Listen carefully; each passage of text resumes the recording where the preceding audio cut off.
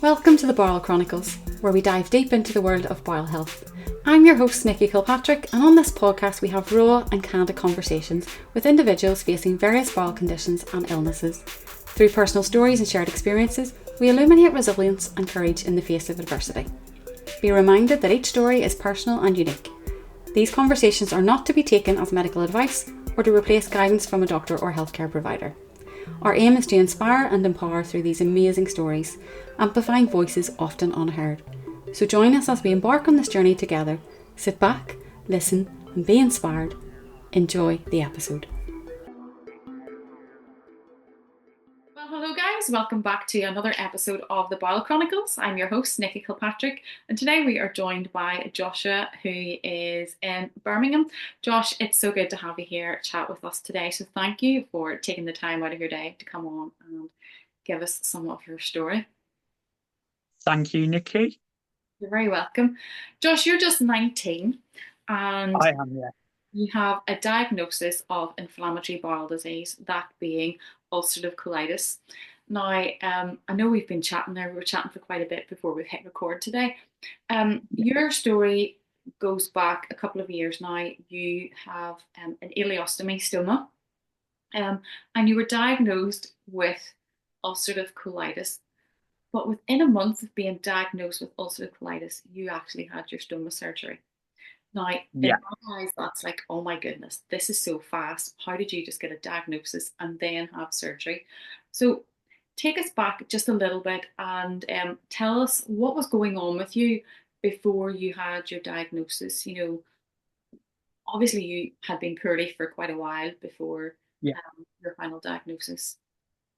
So I'd been showing symptoms of IBD, particularly ulcerative colitis, since I was about 13. So I've been suffering for about 5 years before. And I did go to the Children's Hospital in Russell Hall. So I spoke to the doctors there. At 13, they did a rectal exam check to make sure that there was nothing there of concern, any lumps, bumps, anything like that. Mm-hmm. They said they'd noticed basically a small cut within the wall of my rectum. Okay. So they said that could just be you've had a tummy bug, your bowel's been particularly active, and it's just tore a little bit of your bowel, and that explains the bleeding. I mean, Mum had read up online, checked the NHS website, and I was eating biscuits for breakfast, toast, gone back to a basic diet. Mm-hmm. The doctor actually told my mum off and said I'd be fine, I can eat whatever I want, just go for it, I'll be fine in a couple of days, keep hydrated, Mm-hmm. try and eat as much as I can, and we thought nothing of it. And then about 12 months later, the same happened, got in touch with the GP, more blood tests, heard nothing back, carried on, and this kept happening for about 5 years. And Wasn't till what's your symptoms at that stage? Were you passing blood? so there was loose stools. To begin with, it was probably 3, 4 times a day to begin with, Mm-hmm. getting more frequent. But every time I had a flare up, it seemed to be something new each time. So it'd start with just diarrhea, no blood. Then there'd be diarrhea with some blood in, then it'd get a little bit more. Mm-hmm. And then before I knew it, I was going 20 plus times a day with enough blood to fill a mug. That was each time, not through the day. That was each time I was going, I could have filled a mug and a half of blood. So it wasn't till just before my diagnosis then that I started noticing that I was losing a little bit of weight, not much, but Mhm. it was just a few pounds here, a few pounds there. I'd put it back on, I'd lose it again. Mhm. And after my diagnosis, that became a lot harder to manage as I was on prednisolone steroids. Mhm. So you can imagine my face blew out a little bit. I'd put on what I thought was weight, but it wasn't. It was just the bloating from the steroids. Um, End of July, middle to end of July, I got diagnosed with ulcerative colitis, after having a signoscopy, so that's a camera up the backside. Mhm.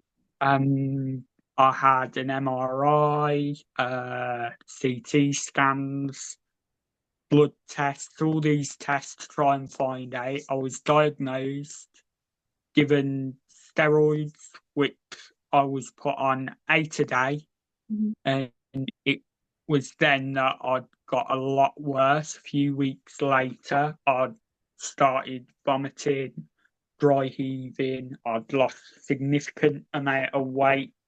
So I got administered into hospital on the 31st of August 2023.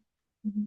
And by the 8th of August 2023, I had my ileostomy. Really quick, really, really quick. Really, really quick. Yeah. So within the space of less than 2 weeks, basically, you're living life Yeah, then with the stoma. So so much to unpack here in a short space of time. Um, there is. let's let's just go back. What was that like?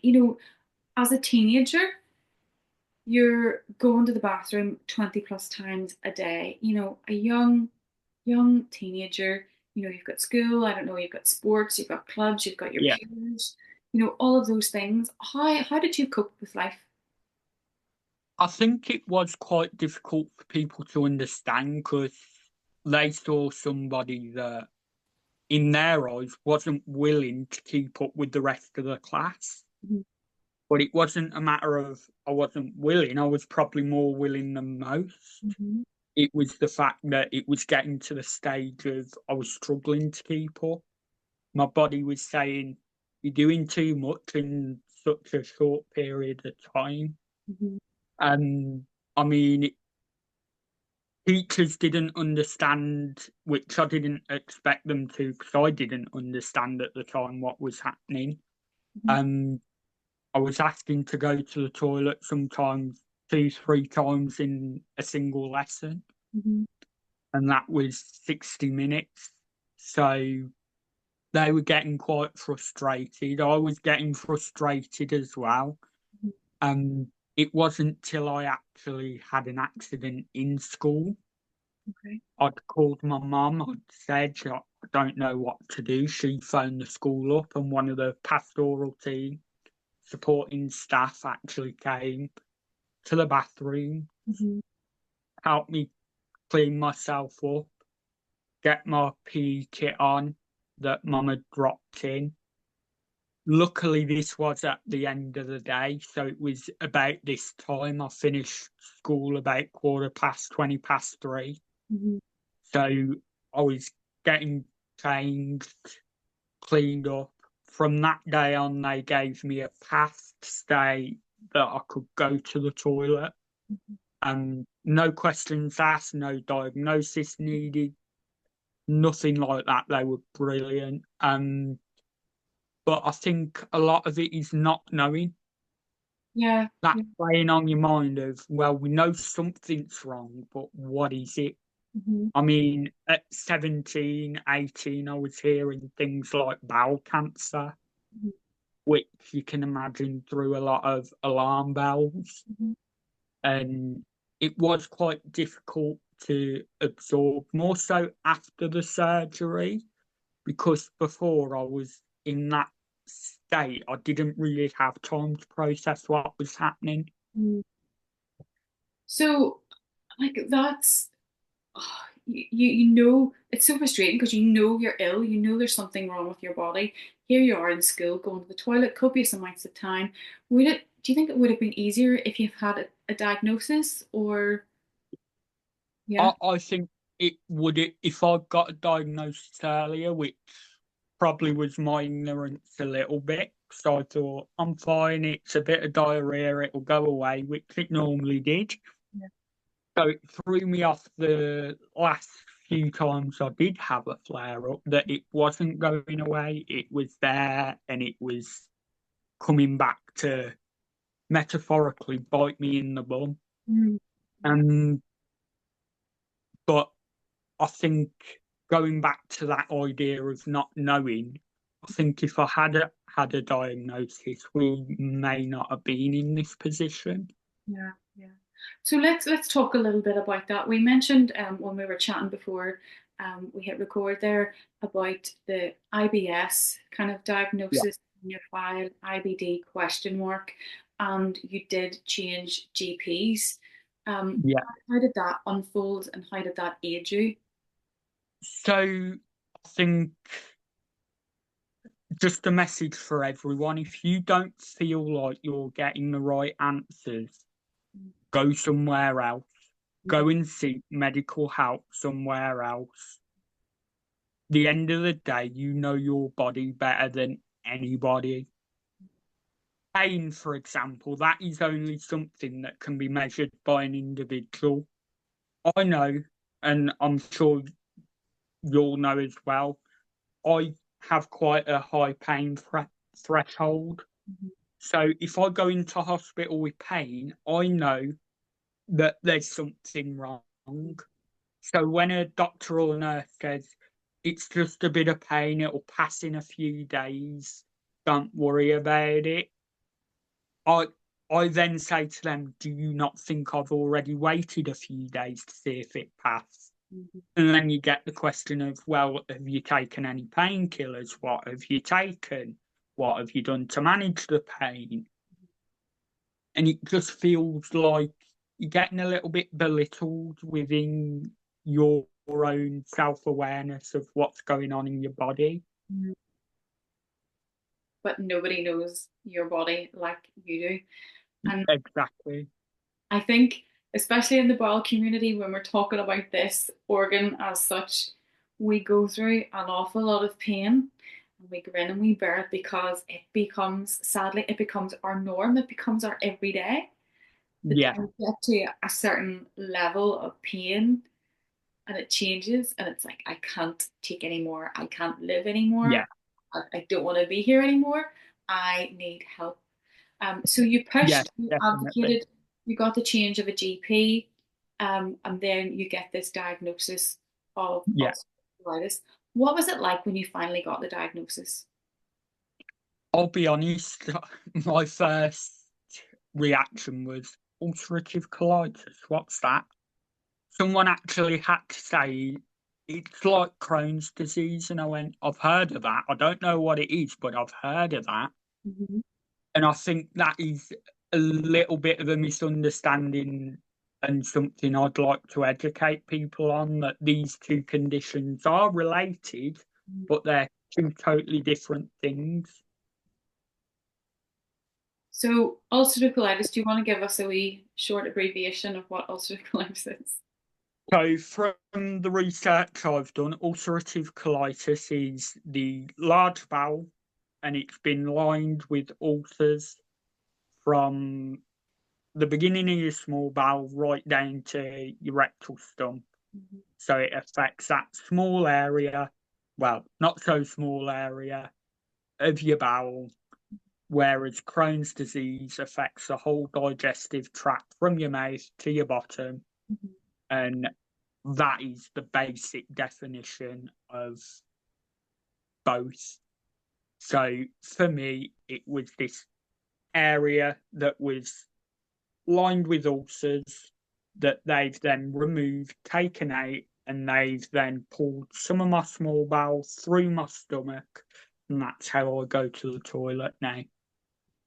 So you have an ileostomy stoma then, uh, Yeah, they've taken away a large piece of your large bowel. Um, yeah. So I've still got my rectal stump intact, Mhm. so there is the possibility of having what they call a J pouch. Mhm. So that'll be where they reattach the small bowel to your rectal stump, and it creates a J shape. Mhm. You keep your ileostomy for about 6 months, and then they'd remove that, and you hopefully then would go to the toilet no different to anybody else. Very connected. Okay. What? So basically, you get this diagnosis in July. Yeah. You're in hospital, and then you have surgery on the 8th of August, 2023. Yeah. What was going through your mind whenever they told you you were going to have surgery? So my mum actually asked the question of, well, what if Josh doesn't want the surgery? We've tried the medication, we've exhausted all that option. I'd been on 10 milligrams of infliximab, that didn't work. Mhm. Um, and the doctor said, well, we give him two options. We keep him on medication and keep him comfortable, but there's a possibility that his bowel might then perforate and explode, which will cause a lot more problems than we'd like. Or we operate on Josh as soon as we can and we give him a bag. And mum kind of looked at me. I looked up and she went, Operation, yeah? And I just nodded because I was that exhausted, that drained. And I remember the anaesthetic team actually asking me to sign to say that I was happy to go ahead. And mum took a photo of the signature, and it was literally a scribble on a page. I mean, normally I will write out my name and then finish the signature off, but it was literally a line on the page. So I didn't have the strength to keep that pen in my hand. Yeah.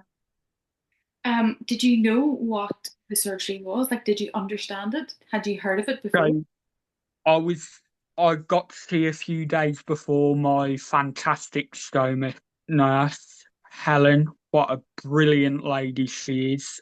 She sat down, she explained a little bit about it. Obviously, I'd have liked a lot more time to prepare. Mm. When they first initially said when I went into hospital, well, you might need a bag. I was expecting a black bin bag to be taped to my stomach. I didn't know what to expect, but they brought these very comfortable bags out to me. They let me try one on. They marked my stomach up both sides in case there was any Yeah. difficulties and I needed to go one side rather than the other. Mhm. So another thing I learned to identify a colostomy from an ileostomy. A ileostomy is normally on the right hand side of the body. Mhm. A colostomy is normally on the left hand side of the body, with some exceptions. So I was marked up. I got to ask a few questions, but was it to the point I didn't really care too much what was happening as long as I got out of that position. Yeah. As long as they made me better, I Mhm. did not mind. Yeah. So we've said there, this was all very quick, and I just want to um, mention at this stage because we have been chatting behind the scenes. You know, your surgery, your diagnosis came within well a matter of days, a week. Yeah, Surgery came. That's not how it is for everybody. no, no. Don't just if you get a diagnosis of ulcerative colitis, then just decide that they're going to give you a stoma surgery. You know, your symptoms at the time, you were in a major flare up. You'd Yeah, been in hospital, you'd had steroids, you'd been put on infliximab, which is a biologic treatment. Your body hadn't responded to it. You'd lost lots of weight. And why don't you just share the story there about the night before surgery that you told me about being in the bathroom with your dad? Because I think people need to hear this of like where you were exactly before you had surgery. So the night before my surgery, my mom, dad, and sister had come to visit to see how I was doing. Uh, Dad said, "Why don't we get you in the bathroom, get you some fresh clothes on, nice shower, get you a shave, make sure that you're hygienic for when you're going for the operation." And I was sat on the toilet with my dad giving me a shave, unable to get off the toilet. When dad then said about going into the shower, I said to him, "Well, we'll try, but I don't think it's going to happen." So we got sat in the shower chair, sat down, and as soon as my bum hit that chair, I turned round to my dad and said, "I'm going to be sick. I need to go back to the toilet." I went to the toilet and I ended up having to settle for a damp cloth with a quick body wipe. And then my dad literally had to dress me then and get me back in bed because I could not stand up. I was struggling to hold my own body weight. I wasn't keeping food, water, anything like that down. And I think that was quite a low moment in respects of I realised quite quickly I needed help and I needed it within the space of a week, not any longer than that. Mhm. So there was the big question of, well, do we get him in for open surgery, cut him open, get it out and give him a ileostomy, or do we wait a few weeks and do keyhole? The concern with keyhole was that my bowel was too inflamed that they'd end up having to cut me open anyway. So that's the option that I went with. The surgeon was brilliant, and I spoke to him since, and we are thinking now, which I'm sure I'd be able to speak to quite a few people that will be listening.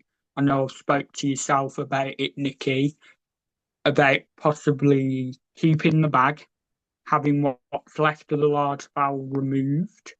So anybody that has been through that is going through that. I'd love to hear their stories as well.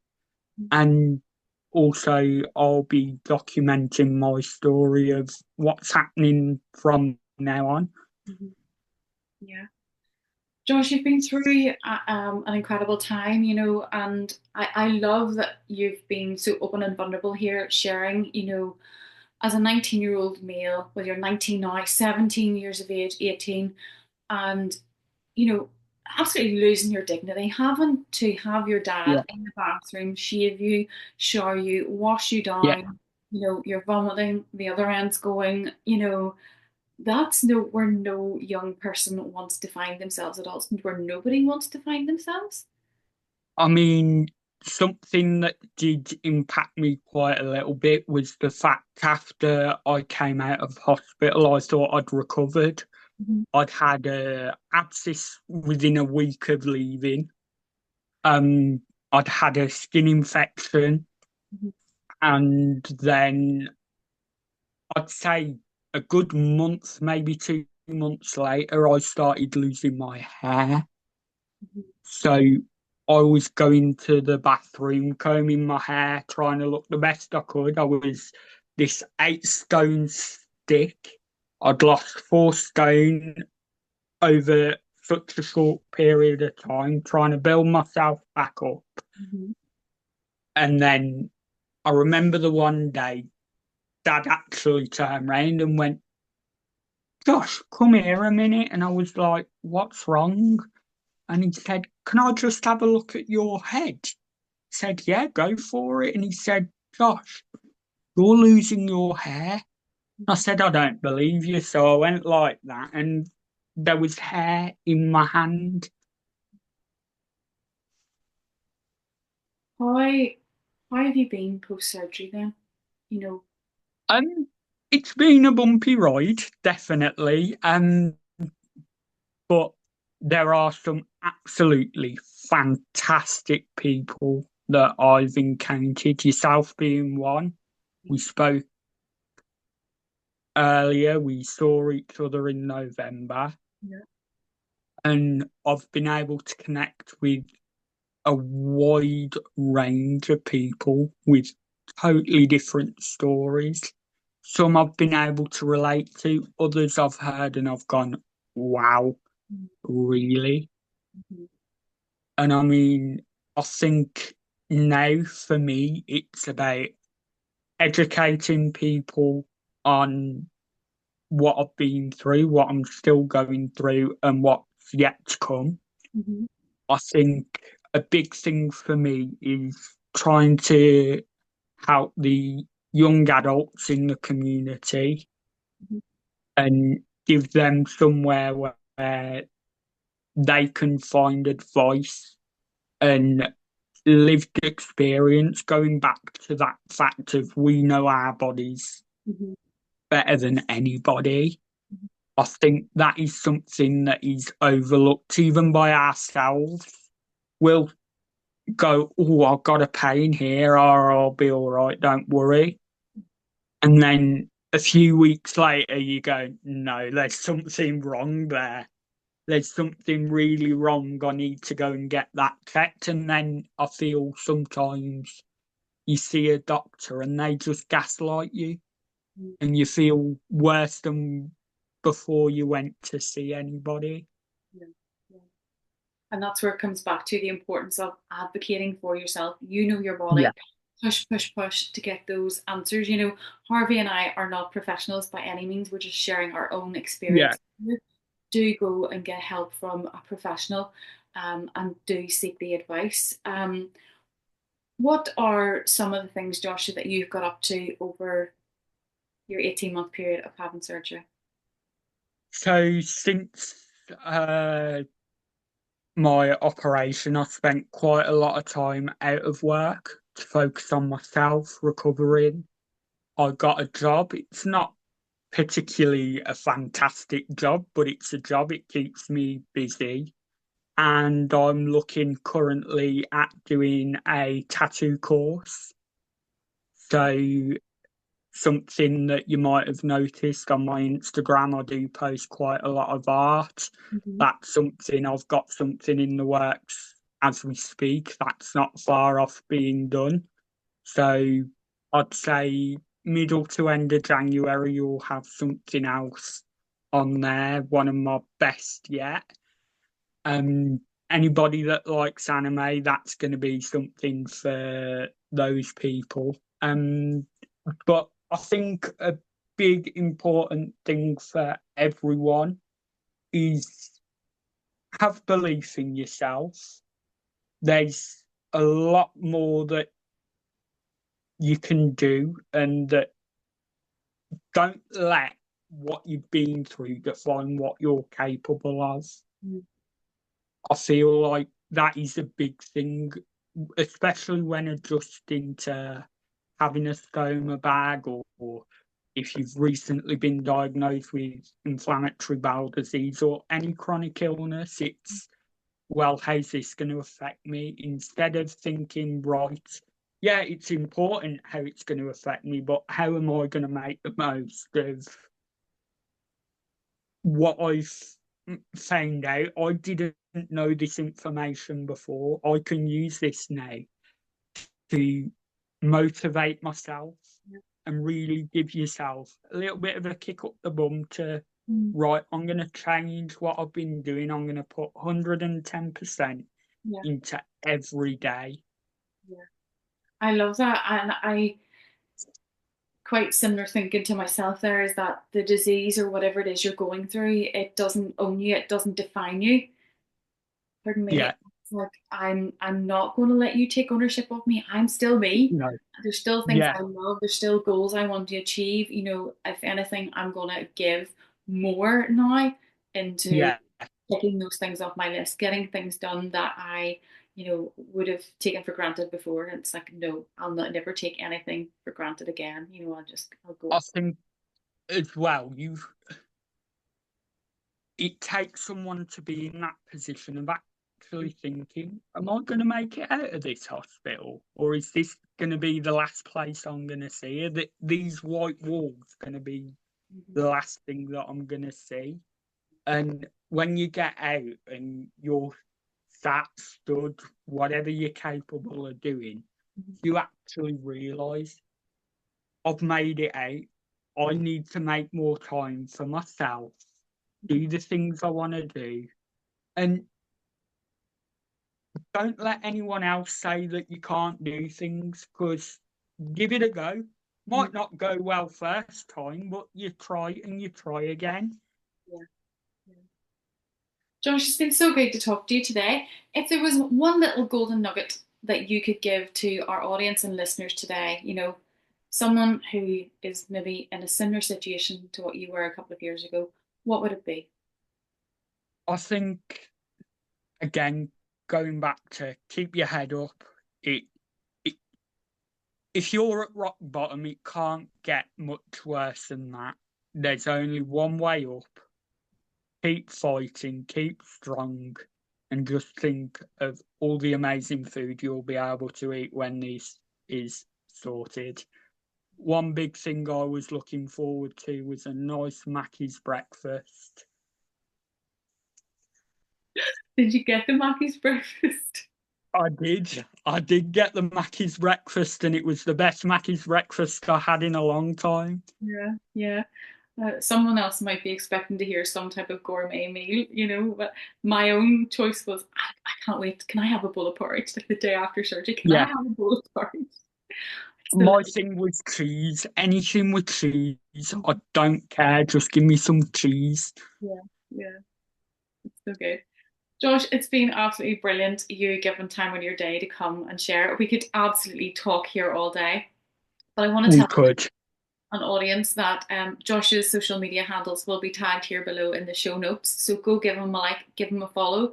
He also has said there, there is the idea of him having a full proctectomy surgery in the future of having his surgery made permanent, having the large bowel removed, and also the idea of him having a J pouch and being reconnected without his stoma bag.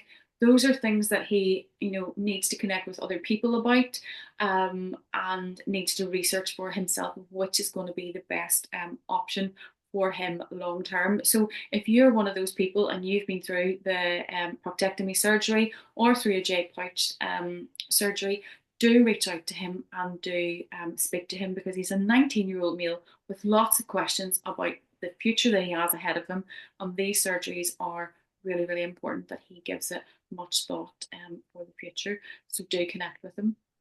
Josh, again, thank you so much for taking time out of your day to come and share with us. Thank you for having me on, Nikki. You're welcome. Guys, that's it for today. Do come back and join us next week for another episode. But from Josh and myself today, it's over and out.